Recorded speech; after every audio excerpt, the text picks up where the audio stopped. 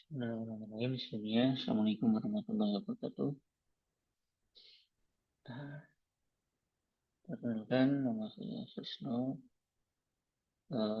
mahasiswa Universitas Asia, NIM 22040112235, program studi PJ Informatika, kelas IF302. Untuk memenuhi tugas mata kuliah pendidikan kewarganegaraan, pada kesempatan ini saya akan mempresentasikan mengenai pengelolaan kawasan perbatasan Indonesia, tantangan dan strategi mengatasi permasalahan aktual. Pendahuluan latar belakang masalah. Wilayah perbatasan memiliki peran strategis sebagai garda terdepan dalam menjaga kedaulatan dan integritas suatu negara. Indonesia sebagai negara kepulauan terbesar di dunia berbatasan langsung dengan 10 negara, baik di daratan, lautan maupun udara. Kawasan perbatasan Indonesia menghadapi sejumlah permasalahan yang kompleks, di antaranya sengketa batas wilayah, aktivitas ilegal lintas batas, ketimpangan pembangunan, dan kelemahan pengawasan dan penegakan hukum. Beberapa masalah yang akan dibahas dalam penelitian ini yaitu: 1. Apa saja permasalahan utama yang dihadapi dalam pengelolaan kawasan perbatasan Indonesia, baik dari aspek delimitasi, delineasi, demarkasi, hingga aktivitas ilegal lintas batas.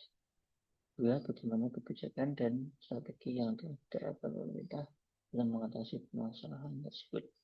Yang ketiga, apa solusi yang dapat diusulkan untuk meningkatkan pengelolaan kawasan perbatasan lebih efektif dan responsif terhadap tantangan aktual. Pembahasan. Identifikasi masalah. Berdasarkan analisis literatur, kawasan perbatasan Indonesia menghadapi beberapa tantangan utama, yaitu: 1. Permasalahan delimitasi, delineasi, dan demarkasi. Yang kedua, aktivitas ilegal lintas batas. Yang ketiga, ketimpangan pembangunan dan kesejahteraan masyarakat. Yang keempat, kelemahan pengawasan dan penegakan hukum.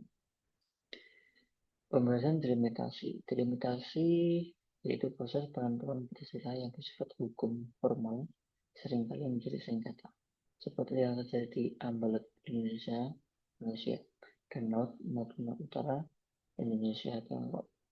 Penyelesaian sengketa ini terhambat oleh kurangnya kesepakatan pada kaidah dasar yang digunakan kedua negara. Yang kedua adalah delineasi, yaitu ketidaksesuaian dalam penarikan garis batas secara kartografis, menyebabkan konflik teknis. Contohnya, perbedaan interpretasi batas wilayah antara Indonesia dan Timor Leste di Natuna, Nusa Tenggara Timur. Demarkasi itu proses penetapan fisik batas negara di lapangan masih belum selesai sepenuhnya, terutama di wilayah perbatasan darat di Kalimantan dan Papua.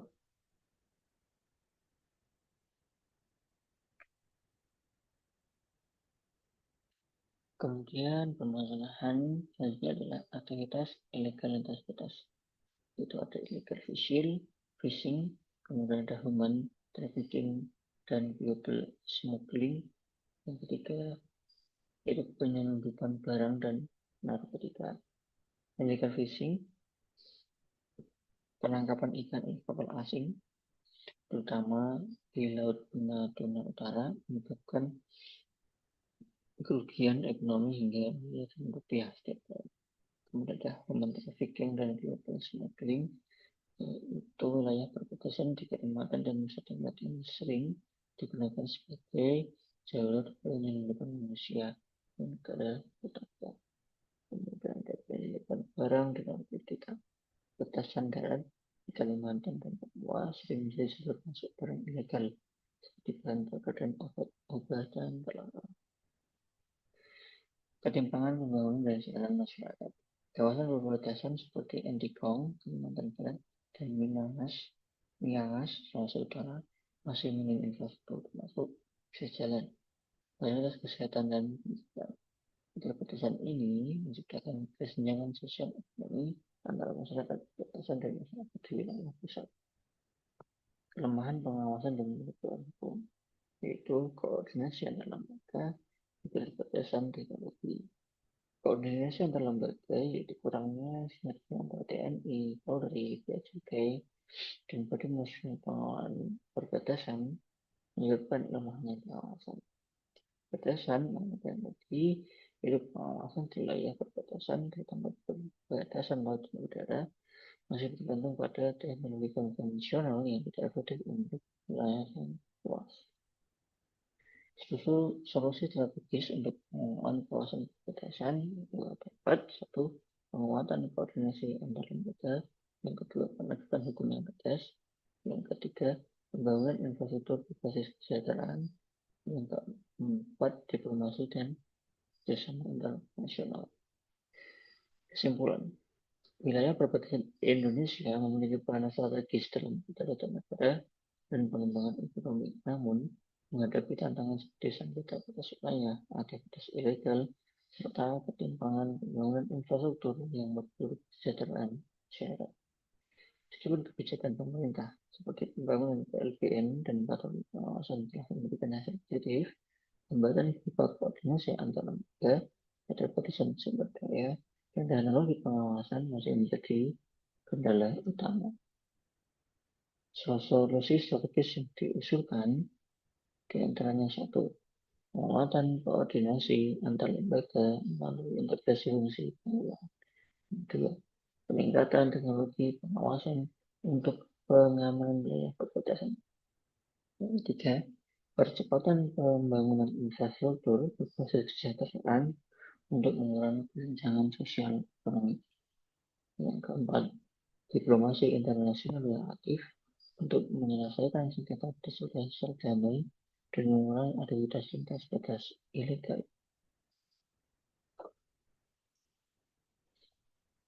Berdasarkan kesimpulan yang dijabarkan, berikut adalah rekomendasi strategis untuk meningkatkan pengelolaan kawasan perbatasan Indonesia. Yang pertama, penguatan regulasi dan kebijakan. Poin B, penguatan koordinasi antar lembaga. C, penegakan hukum yang tegas. D, percepatan pembangunan infrastruktur berbasis kesejahteraan. E, penguatan diplomasi internasional. F, peningkatan teknologi dan pengelolaan perbatasan. G, penguatan keterlibatan masyarakat.